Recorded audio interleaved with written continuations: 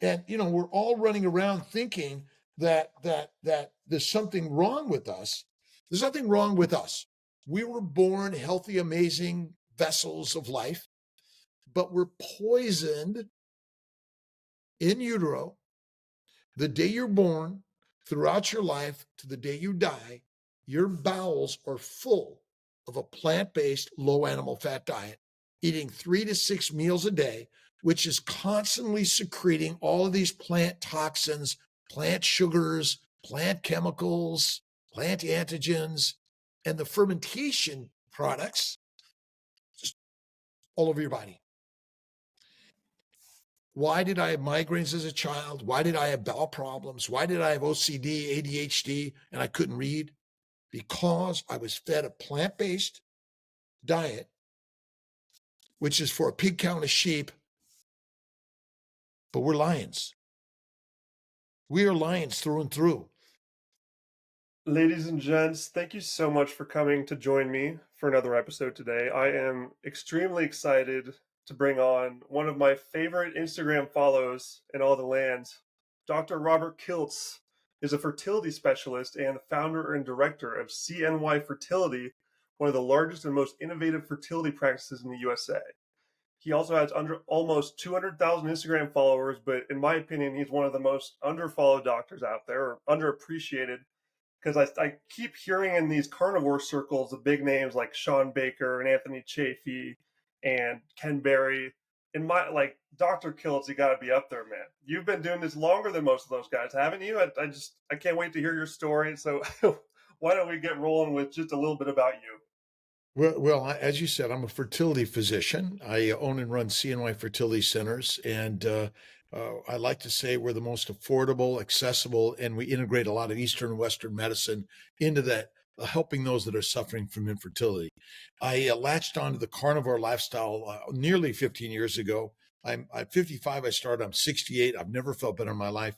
And to me, this is one of the most important things to share is the keto carnivore lifestyle. But I love to always throw in a lot of positivity, faith in the highest spiritual power of the universe, God within all of us. And that's one of my sort of loves of life is how do we share and help more people? And social media is the new social medicine. It's really important to share. Absolutely. There's so much power to just help so many people just in a total free market, at least censorship willing.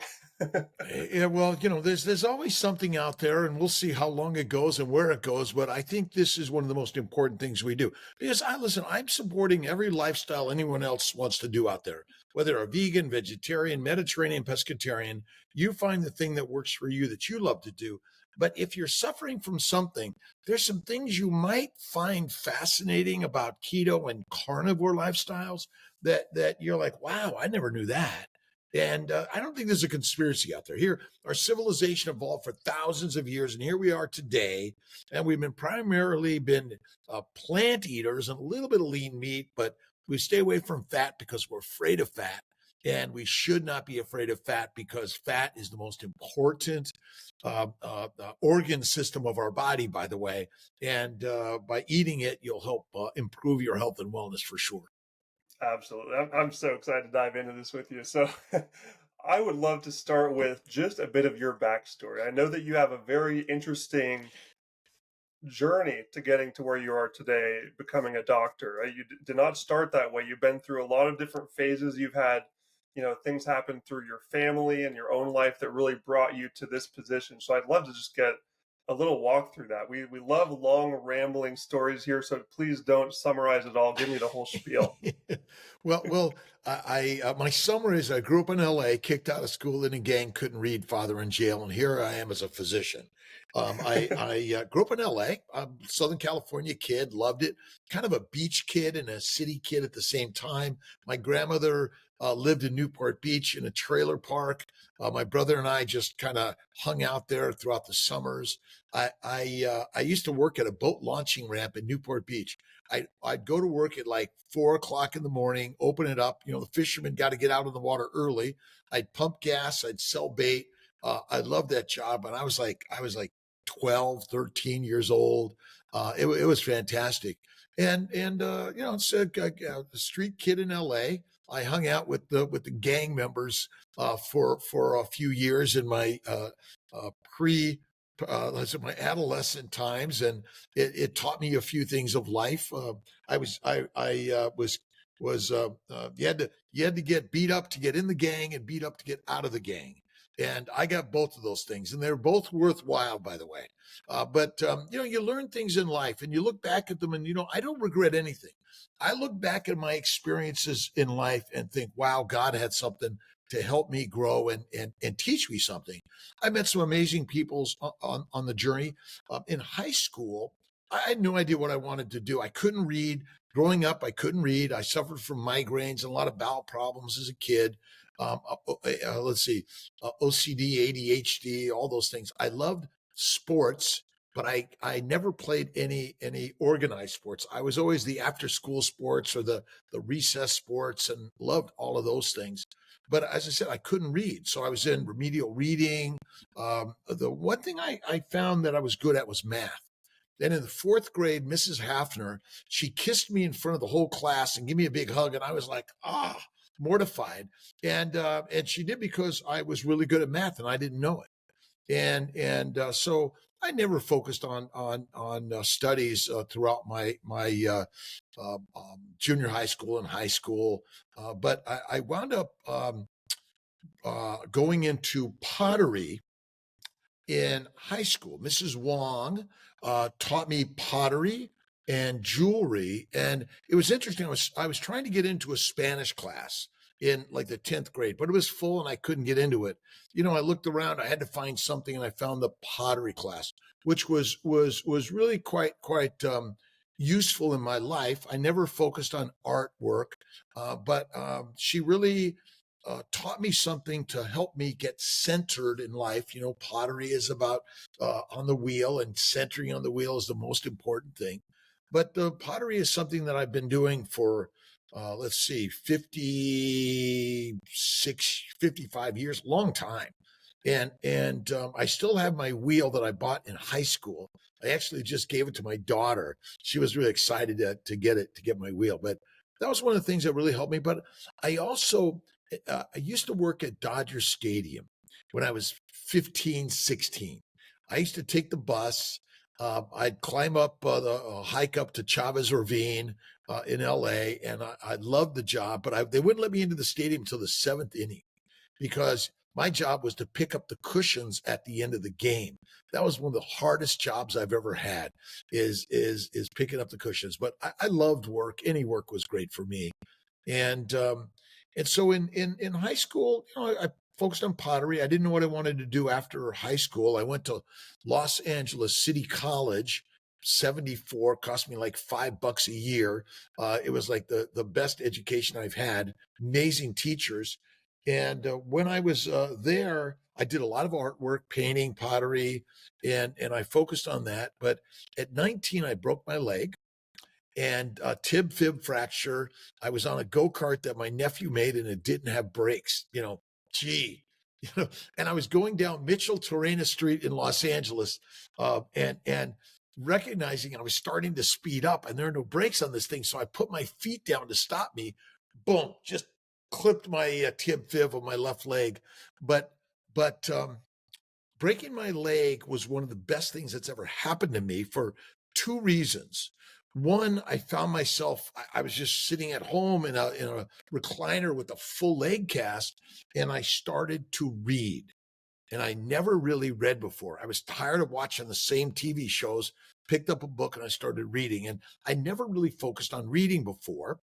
And at the same time, the doctor that was taking care of me was this long haired hippie doctor at Los Angeles Children's Hospital on Sunset Boulevard. And he really inspired me to go into medicine. And I kind of looked at what it took to go into medicine. I said, man, this is like not looking so good, because the math and science I could handle, but it was all the English and the history and all the requirements. But I'm a pretty dedicated person to a drive of, I see a picture, I want to do it, and I'm going to go do it. And I went through junior college for 4 years because I didn't have all the requirements. So 4 years at LA City College, 2 years at USC. I didn't get in my first year of applying to medical school, but I just, went right back and studied harder and aced the test for the MCATs. I got into med school and just, it's kind of a journey on the way, but interesting. I didn't get into medical school. It took me 6 years in undergrad. I didn't get in medical school the first year. And then I thought I wanted to go into OBGYN at the end of my medical school, but I didn't get in. So I found myself going into internal medicine for a year, and I was going to stay there. And then someone called me and said, "Hey, we got an opening for you. Do you want to do it?" And Real so I quick, wound up going into sorry to interrupt, OBG. but could you quickly summarize OBGYN, internal Oh, medicine? What do those mean exactly? OBGYN is obstetrics and gynecology. Basically, it's women's health care, delivering babies, and the treatment of many women's medical and surgical problems related to reproductive issues. And I I Gotcha. I, I grew up always working on the house and doing the roofing, and I loved mechanics. I'm a builder and a tinkerer, and so Hands-on stuff, yeah. I really wanted to go into surgery, and OBGYN, obstetrics and gynecology, was a great entry to do both a little medical care, but a lot of surgical care. And delivering babies was like one of the best things I ever did in medical school. So it's like, wow, delivering a baby and doing this was really fantastic. Internal medicine is kind of taking care of all the medical problems that without surgeries. It's a lot of prescription medications, lifestyle changes, which we really didn't know much about that back then. And this was I graduated medical. Let's see, I graduated undergrad in 1980, USC. I graduated medical school, UC Davis, in 85. And then I wound up going to a year of internal medicine, hypertension, diabetes, cancer, stroke, intensive care, emergency room medicine. And I loved it. I was actually doing well at it. But then, someone said, "Hey, we got an opening. You want to do it?" And I'm like, "Yeah, I'll go." And I went into OBGYN, really loved it. And interesting enough, at the end of it, I graduated 1990 from University of Colorado Health Science Center in Denver, and I wound up taking a job at Kaiser in 90 in Sacramento. And I thought, wow, this is going to be perfect. And and then someone called me just out of the blue. Do you want to do a fellowship in reproductive endocrinology and infertility? Nothing on my radar, by the way. And so I said, sure, mostly because it got me back to Los Angeles, where I really wanted to be. Since I'm a kid from LA, I loved LA, I wanted to be there. And so essentially, I ended up back in LA, finished my fellowship at Harvard UCLA, and the riots hit. And I'm like, okay, LA's a crazy place, a young daughter. I wound up going to Northern California, worked at a fertility clinic there and just doing IVF. And I found I didn't love it. All right. So here I am doing all this training and I find out I don't like it. So I get up and move to upstate New York to work in an OBGYN practice, delivering babies, doing gynecology, and doing some fertility and starting an IVF center and fertility practice in upstate New York. I get fired and I start my own business in 1997, CNY Fertility, essentially. And I did OB/GYN, fertility, started my own practice, my own boss. I said no more. And since then, was it 25 years almost, I wind up, owning and running CNY Fertility Centers, which is one of the largest IVF centers in America. We are the most affordable, I believe. And we integrate, as I said, Eastern, Western medicine. And, I integrated, interesting enough. So about 25 years ago, I began to integrate meditation, prayer, yoga, and non-traditional things to help people reduce stress. And because stress, emotional stress, usually we get so depressed, we don't want to do it anymore. We walk away. And as I was learning this and talking more about it, I started blogging. I started writing books about it. And some of my patients were getting pregnant on the paleo diet. I'm like, wait a minute, someone's getting pregnant on a diet and like, they're not doing meditation or what I was teaching, or they're not doing Nutrition doesn't IVF. matter, right? Like that's what you're taught in medical school. Right, School. It doesn't right. matter what Diet you doesn't eat. matter. No, and the Mediterranean diet, fruits and vegetables. We didn't even talk about that. It just didn't matter, right? And that's when about 20 plus years ago I started digging into Atkins, paleo, keto, and then I discovered carnivore and decided to take the deep dive really in beginning to understand, well, why are we so sick in this world? What was really wrong with us? What's the cause, right? Is it just a stressful life? Oh, it's stressful out there. Then you got to imagine, well, 50,000 years ago, was it a walk in the park? Like it was easy? Well, come on. It's always stressful, but something's changed. And might it be civilization is changed what it eats and how it lives? So here I am. You can't shut me up when it comes to nutrition nowadays. And it's still all I like to talk about is faith in God, positivity, and hardship is the most important thing in life. Because if you don't have hardship, you're not going to grow and improve and change your life. Because I've been through it. Yeah, absolutely. And that's such a classic journey. I've had Dr. Anthony Chaffee on here previously, and he walked through that story of how every doctor is just told through the whole of school, or rather, not told, that nutrition doesn't matter. It doesn't matter what you put in your body, and there's like one class or an hour here or there about nutrition, and it's really makes you wonder, like, why would this be? Why is this being kept away from us? It's clearly important. Well, so I was a nutritional biochemistry major in undergrad. Dr. Menduski at USC. I was in the nutritional research program. And I think no one's hiding anything. I think the belief system is fruits and vegetables are good, and meat is bad, and eating 3 to 6 meals a day is good. And so ultimately, it's kind of been our social culture. I'm Italian, whatever your culture is, our nutrition and diets are what we consumed. And so medicine, I mean, we took nutritional classes, like, but even if we had like years of nutritional teaching, it was wrong. And so, because that's the interesting part of all the things that we're really talking about. None of this stuff is new that we're talking about on social media about keto, carnivore, and fasting and cold plunges or whatever you're doing out there. It's thousands of years old. It's ancient. But the beauty is we're able to share it and communicate about it better than we've ever done before, because here we are. You're in Colombia, I'm in Florida, USA, and Chaffee's in Australia. We got and Rena Lawalia is in, I think she's in Turkey or traveling the world. And Bart K. We got people everywhere. And that's the beauty. The doctors are losing their direction, in my opinion. We all are. We went into science and medicine because it's really fascinating. We love science. It's always changing and we're learning. But once you're done, you got your degree, you kind of shut down. And you can't do that in science and medicine.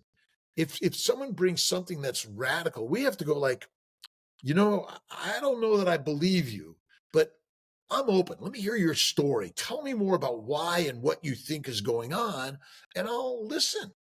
But a lot of it is because I've already been told you can't talk about this at the university. I've already been reported to my medical board. So it's a world of, we judge fast. That's our human nature, right? If someone says something out of the ordinary, we automatically boom, right? Shields go up.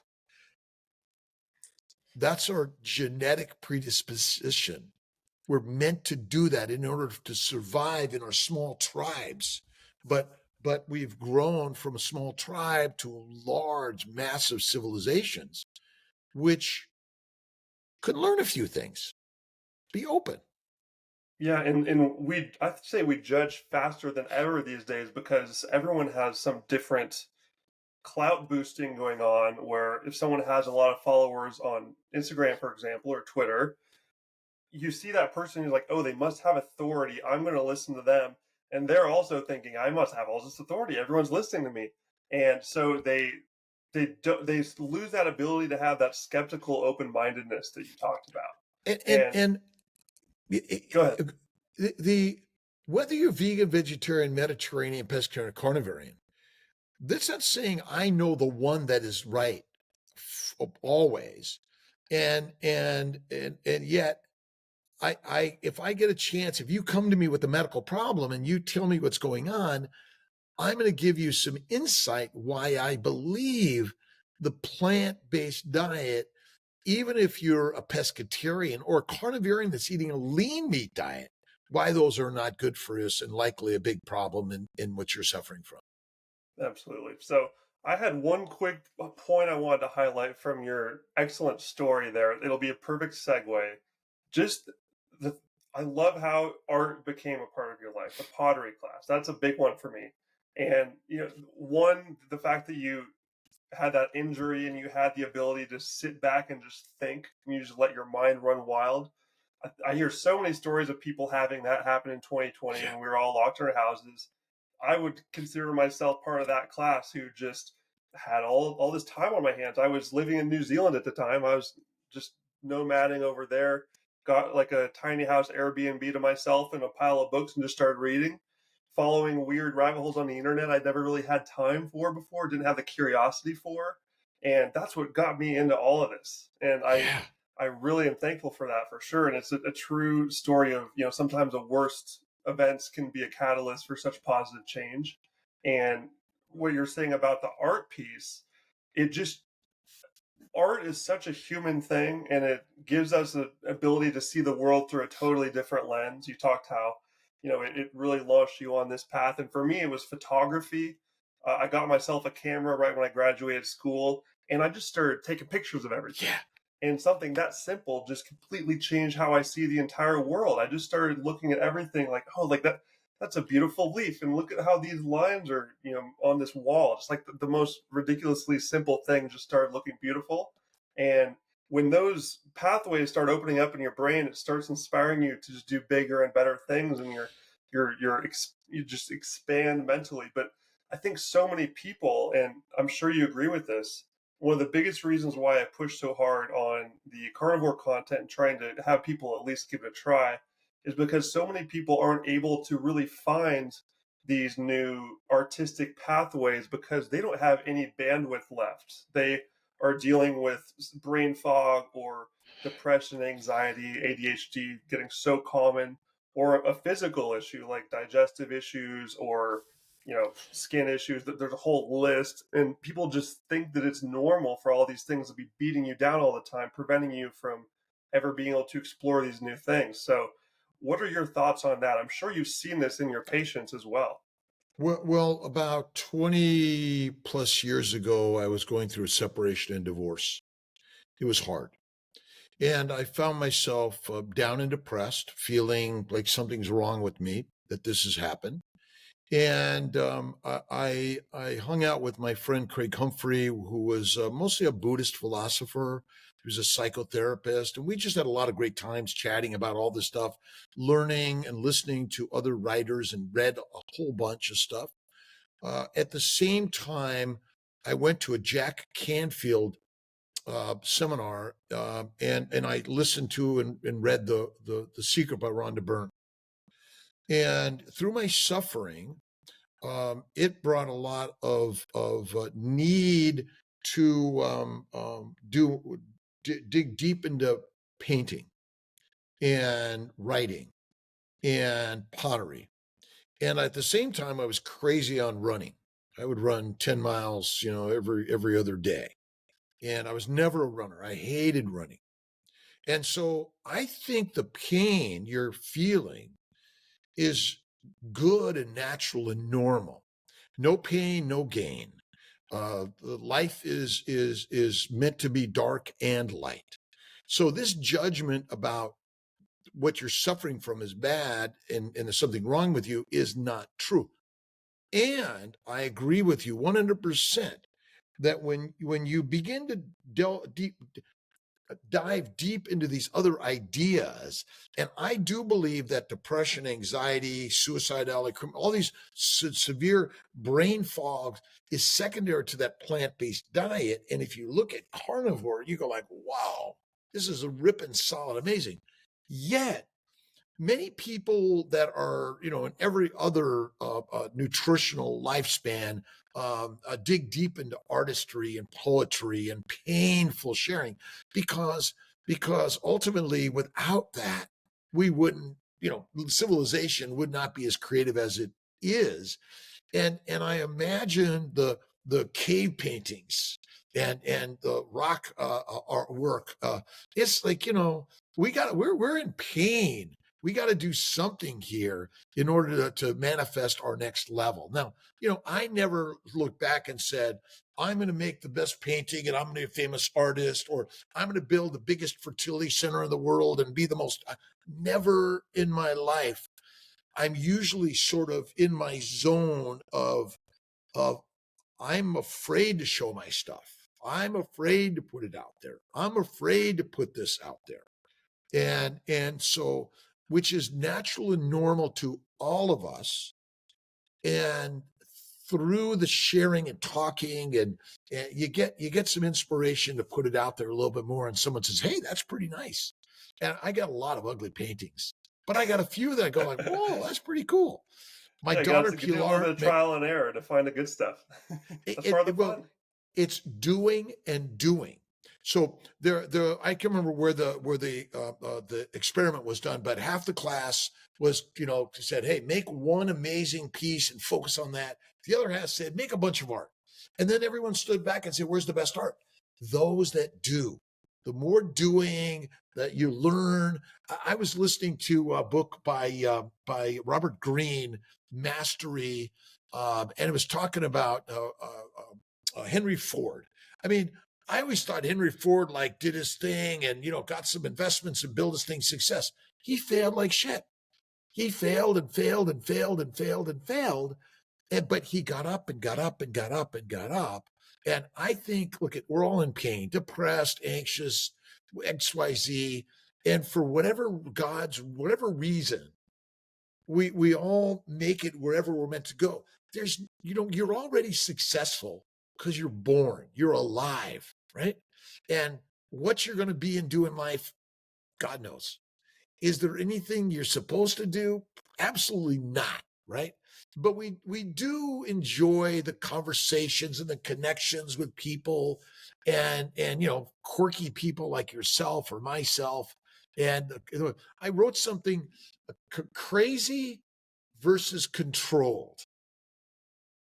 So in essence, we're all independently allowing our thoughts to control us.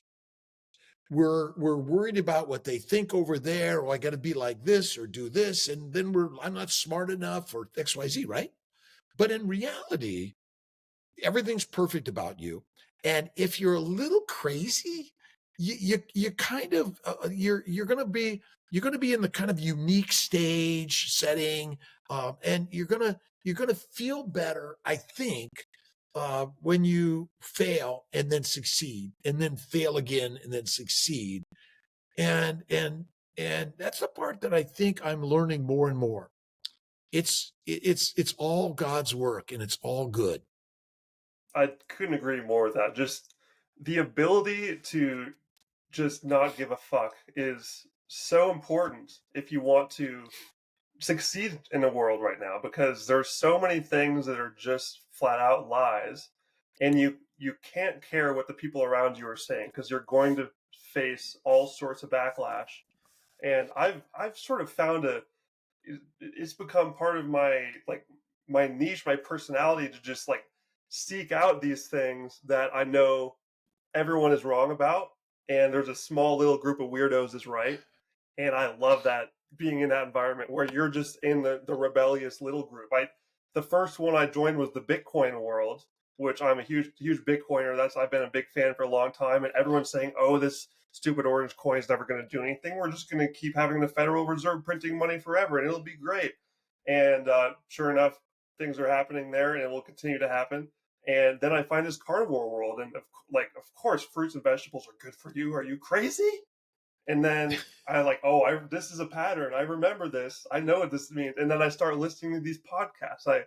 Listen to the Sean Baker, Joe Rogan podcast. Like for me, Anthony Chaffee was like my rabbit hole dive. I started on episode 1 and went through his entire podcast and was just sold. I was like, okay, this guy knows what he's talking Oh yeah. about. Yeah. And then I found people like yourself and Ken Berry and just the whole list. It just turns into you realize there's a huge world of people doing this. They're just really suppressed either by these algorithms that are constantly just banning people or making it difficult to find this content. That's all. There's so many examples of that, but it's there. People are there, and it's growing, and it's really exciting to be a part of it because you can't fight personal experience, and the more people that are trying this out are having great results practically every time. You cannot stop that train. It's going to keep moving.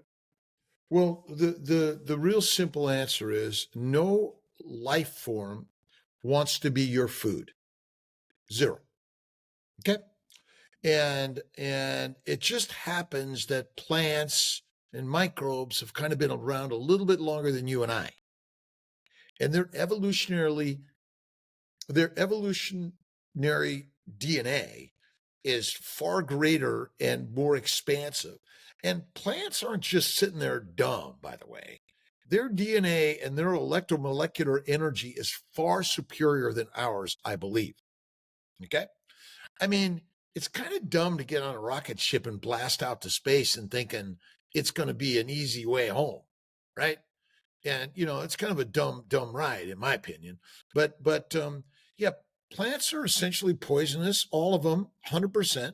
The microbes do not have your best way inside your bowels. They want to kill you too. And so this idea that they're like good and very important bacteria and yeast in your belly, and they're going to make your life better, and they're talking to your brain saying, I'm really good for you. This makes no sense. It's just you step back. Would you spread a bunch of bacteria and yeast on a cracker and eat it? No. Would you put it in an open wound? No. So what are we thinking? And heroin, cocaine, marijuana, nicotine, caffeine, and alcohol are all products of plants. Name a toxic chemical comes from a ribeye steak. Zero. Right? So, again, I have fun with this. Look, I love the science. But we make it too complicated. It really is. Occam's razor says the simple answer is one. Everyone says, well, you have insulin resistance. And I say it's all bunk. It's all garbage. It's I think really simple. hormesis is like the word, like, oh, you should have a little bit of carbs because it makes you more able to, use that as an energy source if you want to. And then to anyone who still believes that, go watch Bart K's channel. He's great at debunking all that. He talks about the Randle cycle, how your body doesn't want to be moving around between energy sources, between carbs and fat. It's only fat. We do not utilize glucose for energy. Do you know that, don't you? Explain. Well, if you don't eat for a month, what are you going to lose? Fat. Subcutaneous fat, right? That's like the book. You're going to lose subcutaneous fat, visceral fat, intramuscular fat. Okay. So now you eat food. Suddenly you're going to burn sugar for energy. Does that make any sense? Okay. Mm-hmm. Acetyl-CoA goes directly to the Krebs cycle and makes ATP, H2O, and CO2. Okay. So now you're going to burn sugar sometimes and burn fat others. That's that's what we all say, isn't it? Yeah. Okay. You need carbs for energy. I was always told before a big football game, you got to eat a big bowl of pasta beforehand, so you have all that energy. Well, remember, sugars and amino acids both require insulin, and sugars and amino acids go through the GI tract into the hepatic portal blood vessels, go to the liver, Insulin from the pancreas goes to the liver and converts those two things to only one thing, which is Glucose, right? Oh, what is it? fat. Oh, okay. Okay, so see our propaganda. I love all my carnivore friends, but I believe this is the one thing they're wrong at. All right? But it's hard to believe this. All right? Could you So sum it up in just like one simple sentence for the smooth brains like myself trying to parse this? okay, so if you're a type 1 diabetic, you have no insulin. You can eat all the carbs you want, your blood sugar will rise, and you will get skinny. Why? Not that you can't burn sugar as energy. You can't make fat. See, we're a little confused in the process, right? You must make fat or you must eat fat. How many people in the standard American diet eat fat? Not very many. They eat Very few. fruit, fiber, vegetables, seeds, and nuts, lean meat. Okay, they sprinkle some plant oils on their salad. They're not drinking it, my friend. They're not. Okay? Mhm. So now, if you're a liver failure patient, okay? So liver failure patients, cirrhotics, they are generally skinny and emaciated. They too have a high glucose level circulating in their bloodstream, but they also have a high insulin level. Yet they're skinny. Well, I thought insulin puts glucose in the cells of your body and makes fat. But it's not, because they become emaciated, weak, and they die. Type 1 diabetics don't have any insulin, but if you feed a type 1 diabetic fat, guess what? They don't die so readily. And this was the initial diet we treated type 1 diabetics before insulin was discovered. Okay? Mhm. So can you swim underwater and breathe water? No. You can breathe air. Can you fly in the air? You can't. Okay? So does it make any sense that you burn sugar 1 minute and you burn fat the other? Like you have this metabolic switch? Let's just say we're all wrong. And basically, I mean, is everyone having a problem with being skinny or being fat? Mostly fat. Some people Okay. are too skinny. Like just I would say like weight regulation in general, just being like a healthy weight is difficult because There's like no healthy weight. There's a myth. Okay. There's okay. no such thing as a healthy weight, because if there's a famine for 6 months and you don't have enough fat on your body to live 6 months, you're screwed. Bears gain about 1,000 pounds or more getting ready for winter, for hibernation, nesting, or whatever it is, and they don't eat, and they lose hundreds of pounds. They're gestating 1, 2, 3, or 4 baby cubs, usually 1 or 2. They lose no bone mass, no muscle mass. What did they lose? Fat. Fat. Okay, so the lymphatics are sucking fat to every cell of your body. They're circulating fat. Is there fat in the brain? You better believe A there is. lot. Yeah. So everyone says your brain burns glucose. No, it doesn't.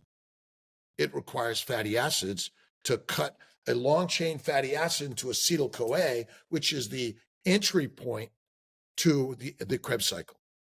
Gotcha. So now the question is, what is glycosylation? Do you know? Is that similar to glycation? Because I know you talk about glycation. Is that Okay, similar? so This sounds the same glycation to me. is abnormal glycosylation. Okay, so now what do you know about the glycobiome and the Absolutely nothing. glycocalix? Okay, nothing. Okay, so do you know what your blood type is? I don't actually. I should know that, but I don't know off the top of my head. Okay, your blood type is determined by a sugar, not a protein. your HLA antigens, that says who you are. So every organism in the world has their own HLA antigen, which is determined by sugars, not proteins. 100% of proteins that are made in the endoplasmic reticulum and the Golgi apparatus are either glycosylated, methylated, ubiquinated, sulfated, phosphorylated. I may have mentioned that. But the most important one is glycosylated. So here you have the DNA, deoxyribose. Remember, ribose is a sugar. So Ose your equals DNA, sugar. Like everything that ends in ose is a right? sugar. Your RNA, your DNA, and almost every protein has a sugar on it. So sugar's your energy. Does anyone ever say your sugar is really for the building block of your body in areas that you don't even understand? Nobody. Okay. So the glycobiome is a sugar layer. Okay. That is the mucopolysaccharide layer that is a negatively charged layer that keeps the microbes and the negative cells like the platelets and the RBCs from sticking. Okay. So now in the GI tract, there's this mucopolysaccharide layer called the Glycocalix. It's in your vessels, your lymphatics. Every cell of your body has this layer of sugar plants, okay, that are the barcode. Come in, stay out. Come in, stay out. I recognize this sperm, this egg, this embryo. You can't come in here. So imagine you are coated with sugar, but your sugar is the barcode. It's also critical for the motion, the movement of proteins, amino acids. It's critical muscle movement. Almost every neurotransmitter is glycosylated with glucose, fucose, xylose, N-acetylglucosamine, sialic acid. Have you heard of these? Nope, I have not. Nope. And so these are kind of really interesting areas to me. The Glycocalix is your barcode. Now, if you took away all the plants in the land outside where you are, would that be good?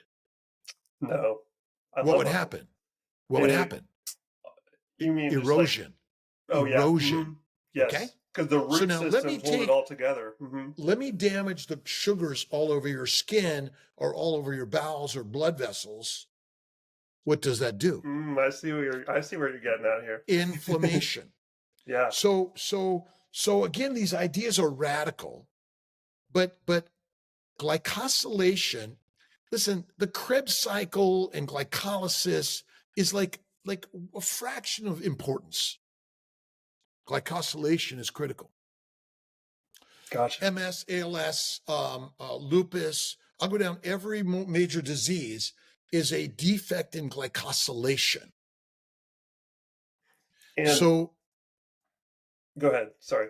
So the DNA tells the RNA the code to make a protein. So it takes amino acid. Their long chain amino acids make a protein. They different amino acids have different pHs, different charges, and the sugars attach to it and give it its proper three-dimensional structure. The lock and the key. It must have its proper three-dimensional structure, proper pH. All these things are critical, okay? And so if I'm flooding your body with foreign plant sugars, do you know anyone's allergic to a ribeye steak? Never. Doesn't How happen. about seeds or nuts? All the time. All the time. How about fruits or vegetables? All the Quite time. often. Yep. Have you ever heard of goitrogenic foods? No. What's that? Goiter is enlarged, damaged thyroid gland, either hyper or hypothyroidism, cysts and tumors and general enlargement. Okay?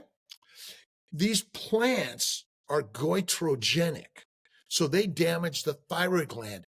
Do you think that kale, asparagus, broccoli, peanuts, wine, name just a few. I mean, there are probably hundreds, if not thousands, of plants that do the same thing, but they do them to every single organ, system, and cell of your body, not just the thyroid gland. Okay? So when many people claim that the cruciferous vegetables are good for you and they got all these antioxidants, well, that's just a marketing ploy to sell you the vegetables that were, someone's selling to make money. Correct? Baloney. Because you don't It's need all baloney. antioxidants if you're not taking in the oxidative stress in the first place, which Well, is well, the burning of energy is oxidation. Okay. So acetyl-CoA from fat. Okay. So remember, if you're eating food, and what is the most prevalent food people eat? They're eating fruits and vegetables, seeds and nuts, and protein. Okay. They're eating 3 to 6 meals a day. Would you agree? yeah. They're Basically, the drinking more plants smoothies you and have, shakes, yeah. right? Okay. So all of what you just ate must go to the liver, and you must have insulin to make fat out of, or you die. Okay. So the liver is damaged by these goitrogenic, hepatotoxic foods that we label as healthy for you, and you can't figure out why you're depressed, suicidal. You've got ADHD, OCD, depression. You got bowel problems. Colon cancer is on the rise in your age group. Migraines, everything. Could it be as simple as you're eating a deadly diet? But we're afraid to tell you that because what's the foundation of civilization? It's a plant-based diet. At least since the agricultural revolution. Before Well, that, there was no like industry at all. We just hunted animals and ate it. Let's just go. I don't know how many thousands of years ago, but killing a bull is not easy, is it? Definitely Okay. not. Yeah. So many of us died killing a bull, right? All this mammoth and all these large animals, right? Lions die killing bulls. You know this, right? The wildebeest and the mighty African cattle is like massively dangerous, right? But that's what they eat, okay? And that's probably what we ate. But we're not so dumb. We're pretty smart, right? If I can eat kale, asparagus, broccoli, and seeds and nuts, I'm going to go at it, right? Now, we don't know how many people died doing that, but it certainly saved civilization, probably from extinction. Okay. So we don't want to put down a plant-based diet completely, because you and I are here because of a plant-based diet. It plugged up a hole and kept us from starving in emergencies, I would say. A huge. So once we figured out I can control the masses, the peasants, on a plant-based diet, bread and beer made from what? Wheat, right? Plants. And again, look, we all want to thrive and survive. There's no blame of anyone, because ultimately you are responsible for everything in your life. And if you can't recognize that everything that's ever happened to you is the most perfect God-given gift ever. Right. So right? I am absolutely. And I'm officially going to make this a new episode I send to my very scientific friends, because this is the deepest we've gone so far, and I love it. However, for us idiots out there, I'm going to take a quick second and just take a slightly different angle and have you maybe elaborate on this, because this is one of the things that you really got through my brain, was that every single plant in a human body breaks down into sugar. And that simple fact blew my mind, because you see all these things look so different. The whole grain bread that we're told is good, the fruits and the vegetables, every single thing, it just turns into glucose and fructose. Fructose being the worst one. And I would argue against that statement. Okay. How so? Well, isn't fruit natural to human evolution? Is fruit natural to our evolution? Yeah, we ate fruit, and actually it was probably the easiest thing to eat because it was ripe, it was sweet, and it was the thing you ate. Okay? And it might have been the thing that got you another month or two, because when you eat sugar, It all goes to the liver. It's converted to fat. Okay. So I just think I mean, sodas and drinking a lot of sugars is just not natural to our evolution all the time. Is fructose in and of itself the worst thing in the world? I doubt it. I just think all the plant sugars are essentially foreign to your body, and you're going to have several reactions. Remember, the plant sugars are filling your body with a bunch of sugar. They're antigenic. They elicit an immune reaction. They're also contain chemicals: heroin, cocaine, marijuana, nicotine, latex, gluten, and these chemicals, or these antigens, are highly antigenic. But one of the big killers is it feeds the microbes in your mouth, your gums, your teeth, your tonsils, your esophagus, and they love you. And they're making you food.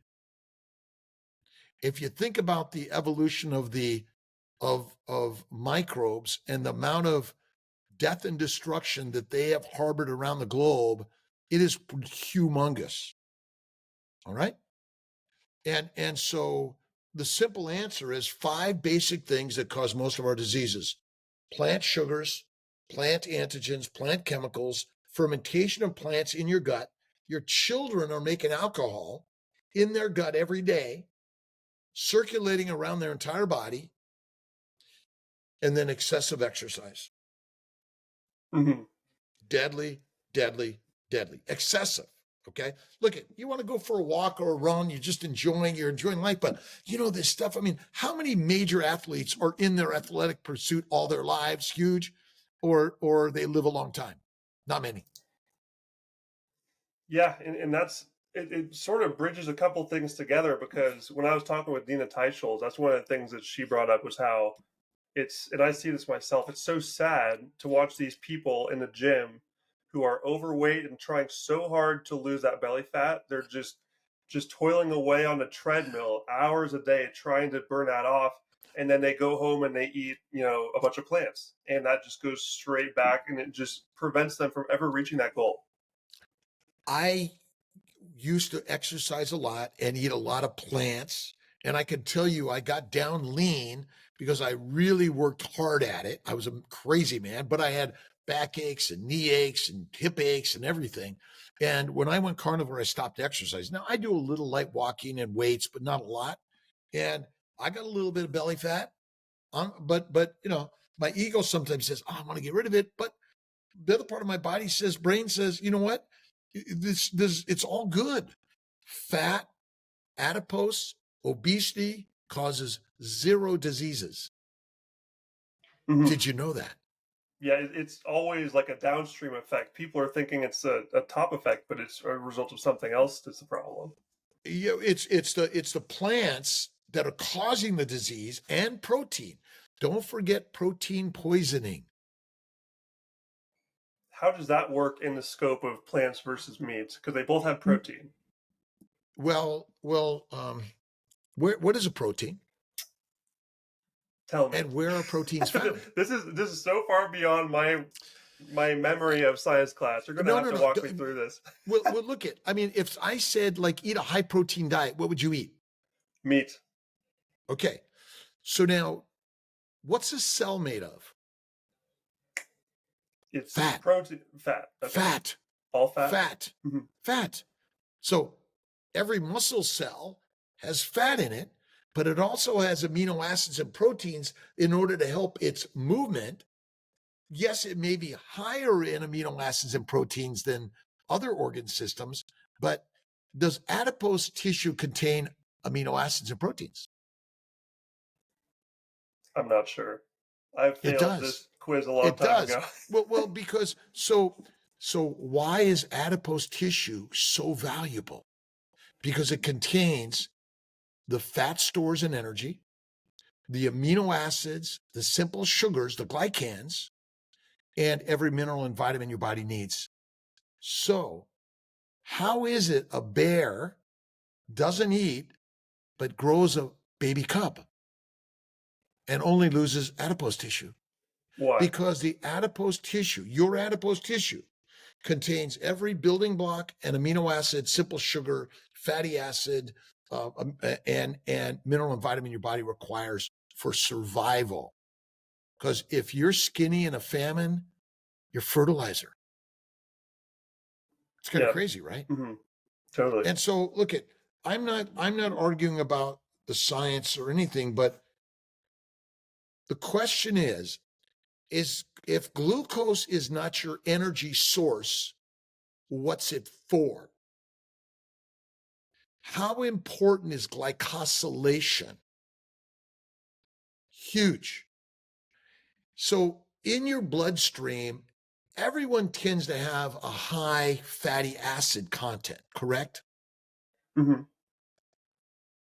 And sugars are also floating around, right? So what is sugar for? Well, at 100, it's energy, and at 50, it's what? I don't know. And then what's the fat doing? It's just kind of hanging around. Wait a minute. There's a lot of sugar here. Let's let the sugar be made into energy. And what is the fat doing? Why would the mitochondria pick sugar? It can't. It can only pick acetyl-CoA, right? And so acetyl-CoA is abundant in the form of ketone bodies. Now, when you're not in ketosis, are there ketone bodies in your bloodstream? Ooh. Better believe there are. Always? There Okay. are always. But the level of glucose is higher because, you see, we've made up a disease, diabetes. You eat plants a lot and protein. Remember, proteins break down to amino acids, which become sugar, then fat in the liver. They're either ketogenic or glucogenic or both. All amino acids, okay? And so this idea that diabetes, type 2 especially, is simply a disease of your diet that we doctors recommend you eat. And my sister Marianne died of diabetes. She had it since age 4. That was another piece of the story that I probably didn't get in there enough. But my sister Marianne died at 52. My best friend Dave Kilmer from medical school died at age 52 back in 2009. And he was a healthy doctor, healthy, strong, vivacious and everything. And he died. And I'm like, okay, I understand why my sister died, but why did Dave Kilmer die at 52? A healthy dude. Because plants are the most poisonous, cancer-causing food we eat. And we in modern medicine label them as healthy. Fiber complex carbs fuel the microbes, which make heat, alcohol, aldehydes, methane gas, alcohol. We're all drunk. Story is simple. Eat the meat, be the master, eat the mush, be weak and meek. You must eat fatty meat. And I also believe that fasting is so important for all of us. I generally recommend 1 meal a day or less. 3 to 5 days is rock solid, amazing. It will help your gut heal the Glycocalix. Autophagy, right? The let's clean up the dead and dying cells, right? And make some new cells. Does that only happen when you fast? Or does it happen always? I mean, something that, and you may disagree with this, I'm not sure, but something Dr. Chaffee says is that as long as they're just eating meat, then you're going to have some level of that autophagy all the time. But you may disagree that you may need a little bit more space between them. Could you maybe elaborate on that? Well, autophagy, inflammation, the immune system is reacting to dead and dying cells and damaged cells. It's there working to repair them and get rid of them. Autophagy is never stopping. It doesn't. This Okay. idea, see, we create this black or white. Okay. So you burn glucose for energy. No, you must convert glucose to fat, because that's why type 1 diabetics die, because they cannot make fat. And type 2 diabetics, they make a ton of fat, don't they? Mhm. Where do they make that fat? Where? The liver. Fatty liver disease. Mm. Okay, so now what's the job of the liver? What's the primary job of the liver? I would say detoxification of some sort. How would you Name a disease describe that it? it doesn't detox. Can't. What's the number one disease of the liver? Fatty liver. Guess what the job of the liver is to do? Make fat. And then it goes from acetyl-CoA to acetoacetyl-CoA to HMG-CoA to acetoacetate, all right? And beta hydroxybutyrate. It's then circulated in the bloodstream to every cell of your body. It's converted back to fat or ATP energy directly. It's really simple. This concept, Occam's razor, science is simple, but we make it complicated. But autophagy is always happening. You're always burning fat, but your input of caloric energy, whatever that maker is. So if I'm gaining weight, am I eating more calories than I'm burning? Of course you are. Okay. Now, the problem is you and I don't know what a calorie is in our food intake. Okay. So now, if you have no insulin, or you have a very, very bad liver or very minute amount of insulin, can you convert sugars to fat in the liver? You can't, because you have very little insulin.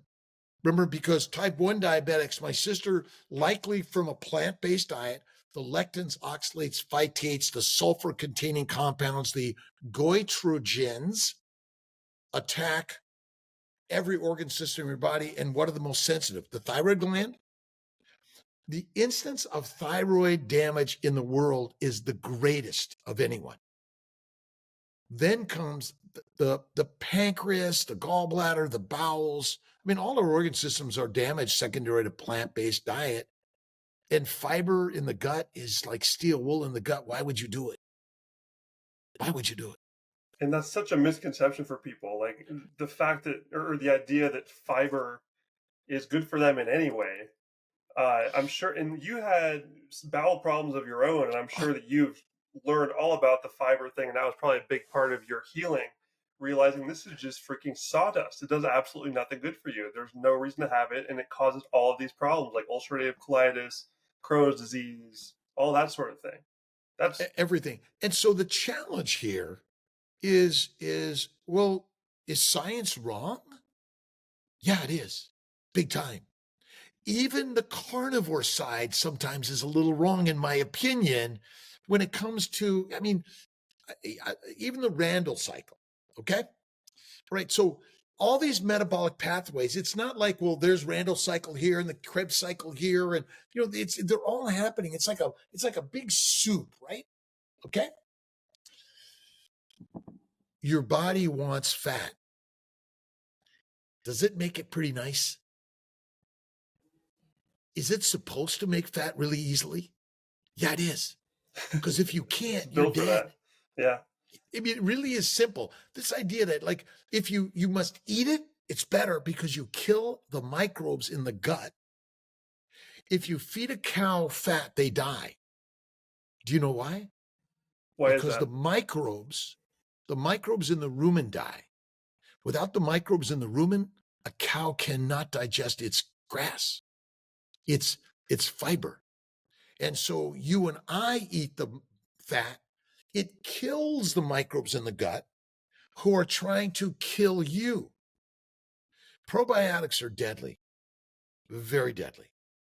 So by eating fat, you kill the microbes in the gut, and voila, you feel better.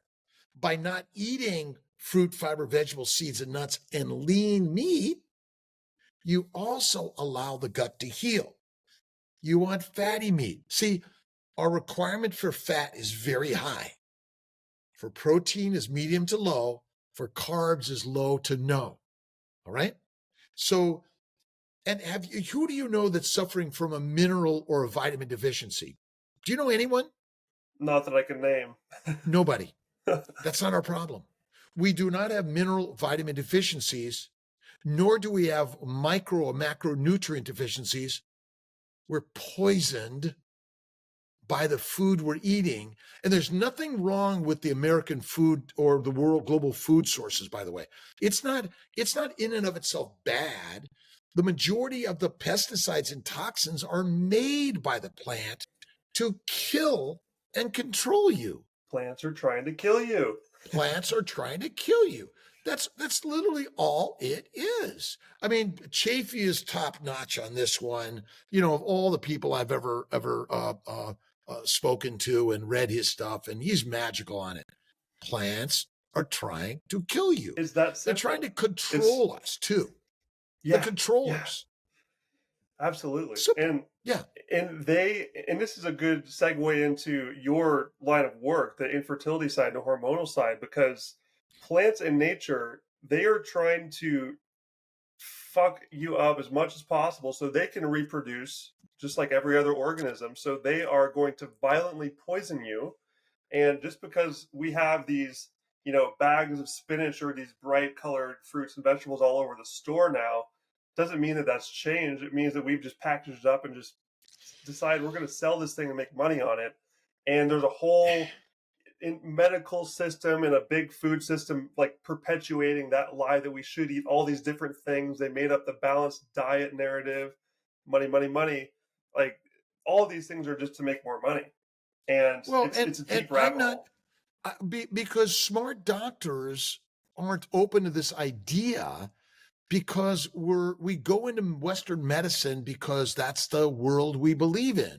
We go into the ministry of whatever religion you want to go to. That's your belief system. You go into philosophy. We need to be more open-minded in this world, all of us. Carnivore is the same, by the way. I'm not here to chastise any eating habit or political or religious habits. I'm open to have a conversation. You need to read, listen to, and connect with people you don't believe in their story, because that's the only way we're all going to come together. That's really it. Yeah. And can you eat some plants sometimes? Yes, you can. And could you eat some plants all the time? Probably yes. I don't know which ones they are, but as long as you cook the carbs well to kill the microbes, simplify the sugar. Simple sugar is better for you than complex sugars, because they go to the liver faster, they're converted to fat faster, and they lower your glucose level faster. But insulin's job is not to lower your glucose levels. Insulin's job is to make fat out of amino acids and sugars that you eat. Digestive sugars are meant to be converted to fat or you die. That's all it is. I see. Gotcha. Yeah. Very interesting stuff. I'm going to have to rewatch this one. That's for dang sure. Take some notes here. Well, look because we don't talk about this. Yeah. What's the glycocalix? Have you ever heard of it before? Never. The glycobiome. What's glycosylation compared to glycation, right? How many amino acids, proteins are glycosylated or methylated or sulfated or ubiquinated? How important are those things? Are the majority of your neurotransmitters glycosylated? Yes, they are. How about your hormones? Are they HCG, LH, FSH, TSH? They're all they're glycoproteins. What's a glycoprotein versus a protein? Which one is likely the most important thing in your body? Glycoproteins. Because our consumption of a high plant-based diet is adversely affecting normal glycosylation, causing abnormal glycosylation or glycation. And type 2, all diabetics have a high hemoglobin A1C, and that's a signal of systemic inflammation to every micro and macro vessel of your body, because my sister lost her heart, lost her eyes, lost her limbs, and her kidneys, and all the diseases are secondary to glycation and damage to the glycocalix. Very awesome. So that's some excellent scientific foundation. I'd love to now pivot toward your focus, which is fertility. Like, how does Yeah. all this apply to fertility? And one of the first, I'll say first, like, I had never thought of fertility as such an important metric. Like these fertility rates we see, the graphs. Why don't we start with why everyone should care about fertility rates and how, good the human race is at just having babies? Because this never used to be a problem. Why is this such a critical thing to look at? Well, were you born to be a podcaster or born to be a father? Does Probably the father universe care biologically. about anything else? I mean, I'm sorry, the only thing that matters is reproduction. No other organism is trying to go to school to be something. They just want to get to the reproductive age, they make babies. And they do all the things that are about building that cohort. So ultimately, every disease is caused by the same five things, and infertility is just another disease. That's all it is, right? You're either damaging your kidney, your ovaries, your uterus, your bowels, your brain. Listen, we're damaging our body secondary to the diet mostly, that happens to cause damage to your DNA in utero. Your sperm and egg DNA are getting damaged. They do the same thing. So this egg's been sitting around since before you were born, by the way, right? And it's damaged in utero in your mother, right? And the sperm is damaged also, the testicles, secondary to all these same things. So whether it's miscarriages or infertility or early losses, late losses, whether it's an abnormal uterus, no uterus, you're even born without a uterus. So without a vagina, these things happen. These are all reproductive dysfunctions and damage that will inhibit your normal reproductive lifespan. Diminished ovarian reserve is on the rise in younger and younger and younger men and women. I'm sorry, women. But for men, damage to their sperm, their testicles, their penis is happening at the same level. We look at a sperm and it's normal. It's not normal. If you're not reproducing naturally, something's wrong with the egg, the sperm, the embryo, and the uterine vessel. And let's see, his name was James Henry Salisbury State guy. Okay. He was a physician, Albany Med, Civil War, figured out that his men were dying of dysentery and pneumonia. He looked under the microscope and saw bacteria and yeast flourishing. He put them from a plant-based diet to a steak diet, and they all healed. He actually did a number of studies, really, really amazing scientist. And so it's the microbes. Now, in women, the distance between the rectum and the vagina, the microbes come out and they go up into the vagina, and then they flourish into the uterus, the peritoneal cavity. The endometriosis, endometritis, diverticulitis, and diverticulosis, they're all related. So for women, the large bowel sits right on top and around the reproductive organs, causing a tremendous amount of inflammation and damage. It's really all it is. And so we have seen tremendous improvement by people going keto, fasting, but the best is carnivore. I call it the baby's diet. Bacon, eggs, butter, beef. You could throw in a little bit of KILTZ'S ice cream from time to time and salt. And we actually we have a new book on Amazon, Babies for Babies. And ultimately, Oh, what cool. I matters didn't know most in that. I'll link in the show notes. what matters most in life? Producing new life. That's all it is. Reproduction is all it is.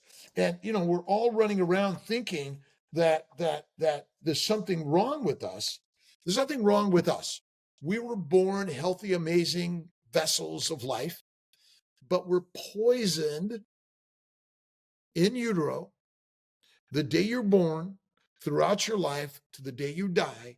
Your bowels are full of a plant-based, low animal fat diet, eating 3 to 6 meals a day, which is constantly secreting all of these plant toxins, plant sugars, plant chemicals, plant antigens, and the fermentation products just all over your body.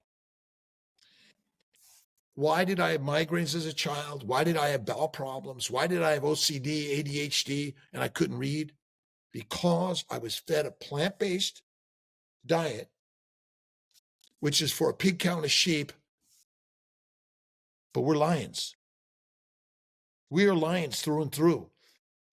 And you are a lion.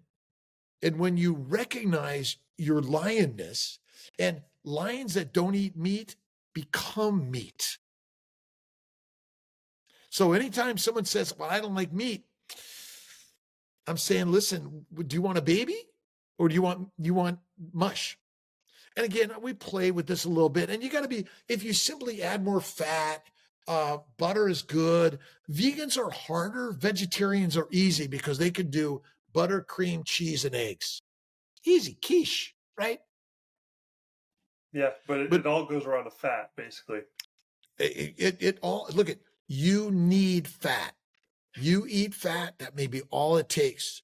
But fat is not an avocado. Fat is not cashews. Fat is from an animal. That is it. Oils are from plants, and plant oils are toxic for humans. Sorry. Yeah. I know. Yeah. But I love my my smoothie and shake, or I love my olive oil. Deadly. Exactly. And it's part of a project I'm working on. I'm building a large educational resource. I got the ycarnivore.com domain. I'm really excited about that. I'm going to basically make a huge list of testimonials people have posted having all sorts of different things. And one that I just pulled out a few of these I knew would be relevant to this conversation. And you hinted at these different hormonal issues, specifically to women, a lot of them. I got a little list here: painful or regular periods, candida, yeast infection, endometriosis, ovarian cysts, PCOS, PMS, PMDD, chronic UTIs. Every single one of those, I've heard multiple testimonials from people saying, the only thing I did was cut out the plants and just eat meat and fat. And it went away. It completely went away. So people need to understand this.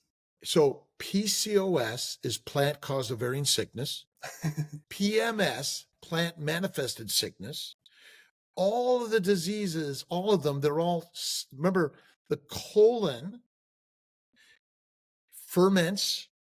It makes the bacteria and yeast grow. They go out the rectum and into the vagina. It goes into the urethra. Does that cause chronic inflammation? And acute, you better believe. So many women are dying from these things, by the way. Fibroids, adenomyosis, endometriosis, pelvic pain, all the things that you've acronyms for. Oh my God, they're all secondary to plant-based diet. Is it simple as that, doctor? Yep. But I don't like meat. I got an expensive pill for you, but it'll only temporarily fix you. Might get you a baby. It's a too many women and men are dying. Huge problem. Huge. Too many men and women are dying of cancers and bowel disorders, and breast cancers on the rise, thyroid cancers on the rise. Listen, I went into medicine to help people, and my mission is to share this story beyond becoming fertilizer. You must add the fat, because lean meat causes protein poisoning. You must eat the fatty meat. It's in keto, carnivore, and paleo are all fat predominant diets. They're not low carb diets. They're high fat diets. But I mean, I've had women that I could not get eggs out of, go carnivore at 44, 45, 46, and suddenly get pregnant naturally. It's just, I mean, my personal experience was arthritis, psoriasis, migraines, kidney stones, bowel bleeding, hemorrhoids, gone in 1 month on carnivore 15 years ago almost. And it's just been a game changer. And why do I talk about it? Why am I so neurotic and crazy? Because I went into medicine to help people. I did not go into medicine to make money. I make a lot of money. I am very blessed and amazed at what we've built, but I don't care about making money. If I can help more people in this business of fertility, if I can help you have a baby by simply feeding your husband steak and eggs every day, telling him how wonderful he is every day, and making love to him every day, that is the way. Because ultimately, we just want to do this at home, making love to our partners. That's what we want. We don't want to, I know you really love Dr. KILTZ'S. You want to come to CNY Fertility, but nah, you don't really. Yeah, the best thing we can do is make it so people don't need to go see doctors. And that's a common theme among all the carnivore doctors is they are saying, we want to help you not need to come see me. We want you to just thrive naturally. And by the way, by adding fat and cooking the carbs well, you will actually heal significantly. And eating one meal a day, maybe one or two small meals, but one meal a day is the very best, because you're allowing the glycocalix to heal. The microbes don't like you anymore because you're eating a lot of fat, right? So 1-to-1 fat to protein amino acids. Okay. This is the hard part for people to realize. Okay. It's a high fat.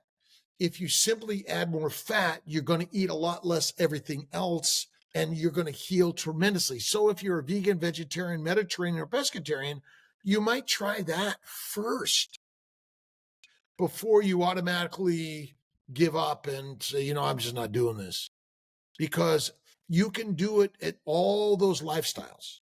And that's what I want to share. Now, I personally took me to go carnivore before it all healed.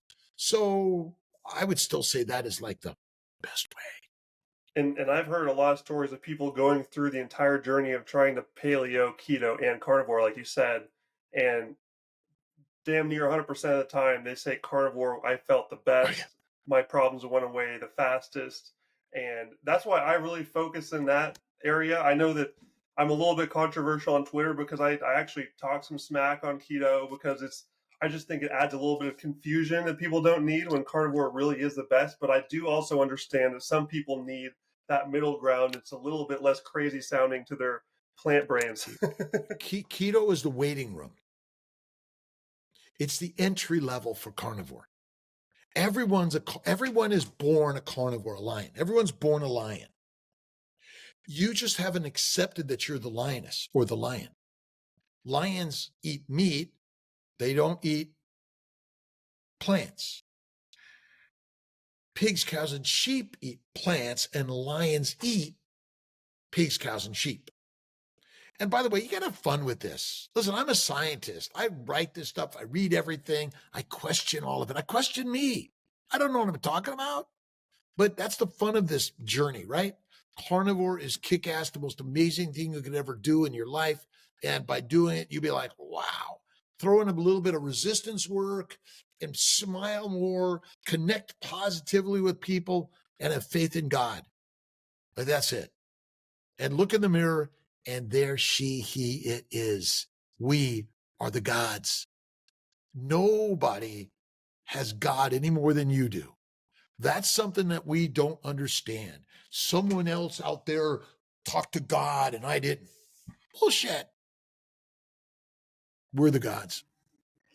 And what we can should God start do? eating like it. Yeah, that's it. Right on.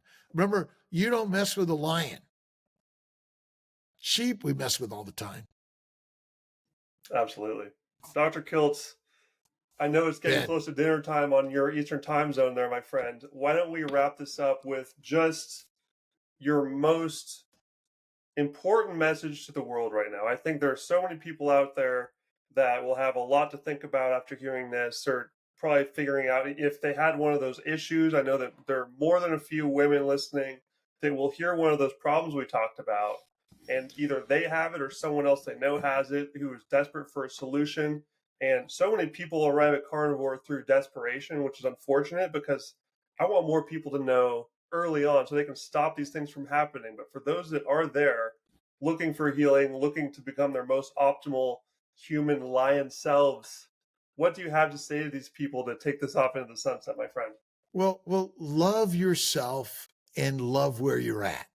Just you gotta think, oh, I love this journey. I love this crazy shit. Right? You gotta love first. And if what you're doing is not working, you got to change something. And diet is turns out to nutrition, whatever you want to call it.